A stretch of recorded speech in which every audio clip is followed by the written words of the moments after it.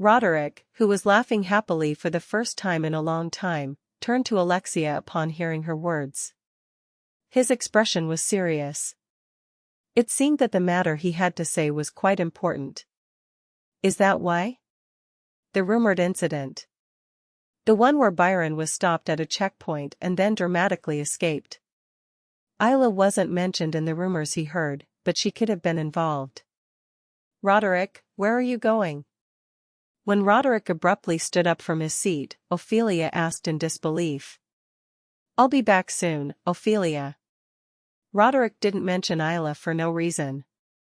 It wasn't even safe. Instead of making a fuss and becoming disappointed, it would have been better to speak cautiously after hearing Alexia's story. Yeah. Have a good trip. It was not unusual for Alexia and Roderick to speak separately, so Ophelia nodded without hesitation. As they headed to Roderick's study, Alexia looked around anxiously. She seemed worried that someone might be eavesdropping. Don't worry. There's no one around here. Alexia then sat up with a relieved expression. Roderick had a keen sense of humor. When he said there was no one, he really meant that there was no one. Is this Isla by any chance? As soon as he sat down, Roderick spoke first. Oh, yes. Exact. A survivor of the checkpoint incident testified to seeing a girl who looked like the princess. It was expected. From the moment Alexia said she had something important to say.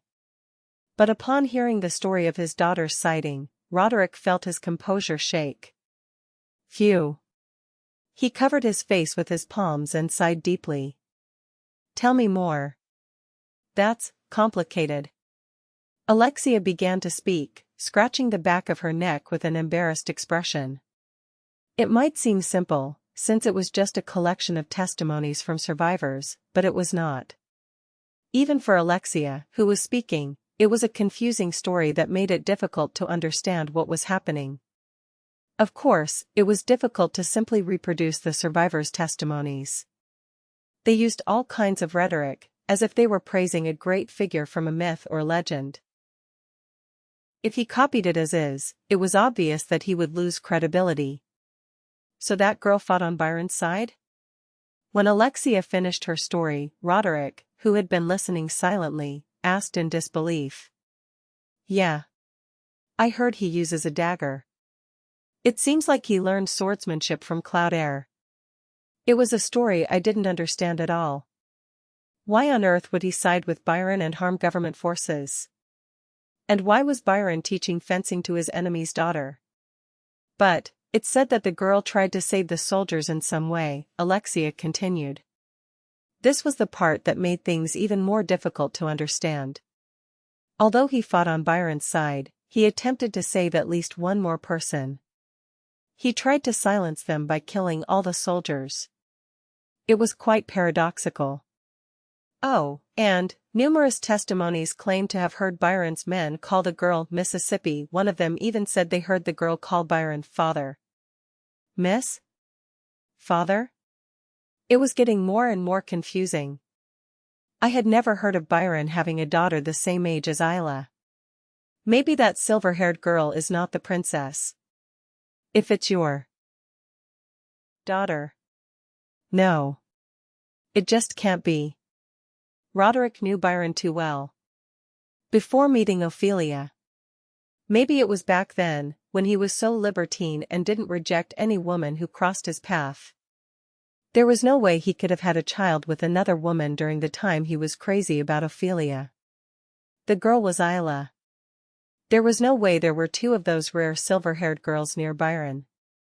It would have been nice to say it was a father's intuition. That girl must be Isla. If that girl is really the princess.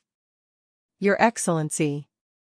At Roderick's confident words, Alexia opened her mouth with a shocked expression. Because he realized what it meant when the girl said she called Byron her father. And it was the same for Roderick. Isla's father was none other than Roderick. But her daughter calls Byron, who kidnapped her, her father. He felt his blood boil. But I had to endure it. Because she said she would come back. Because Isla promised to return to Ophelia and her side. So, long story short, Byron kidnapped Isla, raised her as his own daughter, and even taught her how to use a sword. Yes, I think so. What the hell is Byron up to? My head was a mess, but there was something I could definitely understand from this. Byron was raising Isla as his own daughter for some purpose, and Isla knew his true identity. And that he was hiding from Byron and his men, that he knew the secret. It's dangerous. He may have kept the secret well hidden now, but if Byron found out, how would he deal with Isla? Since it was useless, it was very likely that they would kill her to silence her. If he had the ability to subdue soldiers without inflicting mortal wounds at such a young age, wouldn't it have been better to flee now and place himself under his protection? That's what he thought.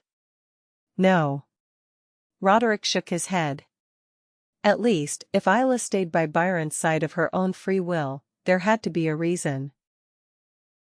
Of course Roderick couldn't understand her right now. He felt as if tens of thousands of questions were running through his head. What the hell was Byron up to?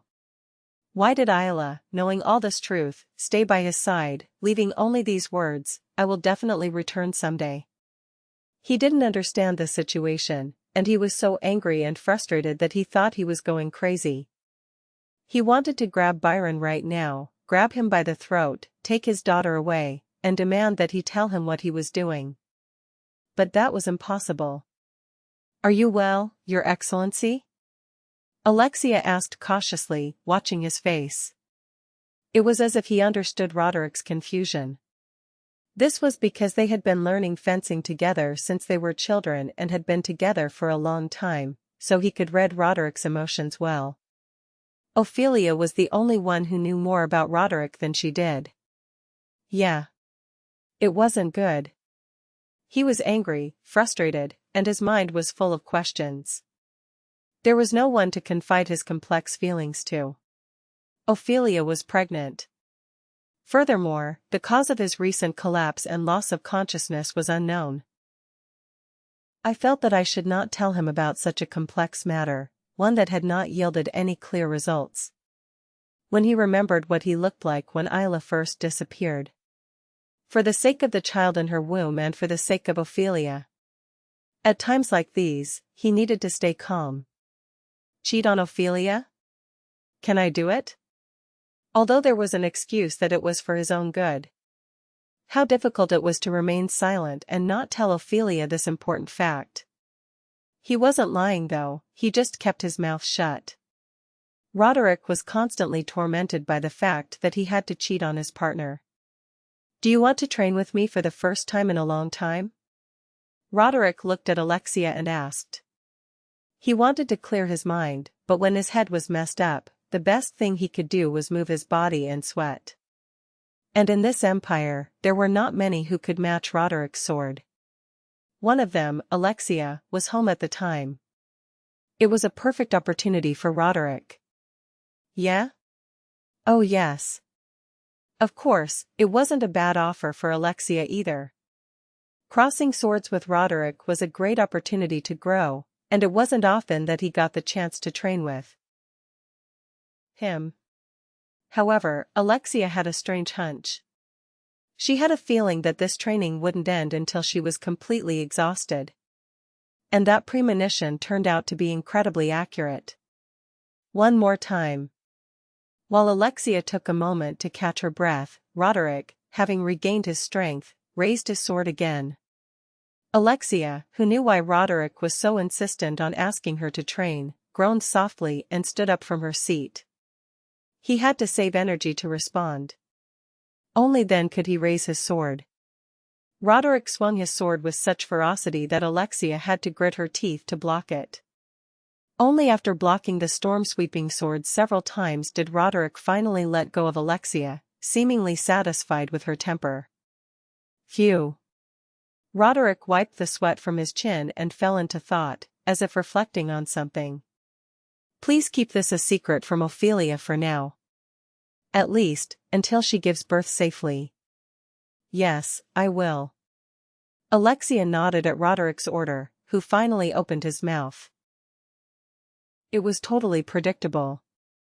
It was a risky undertaking to break such disturbing news to Ophelia, who was already pregnant. And, we have to expand the search, Roderick muttered to himself.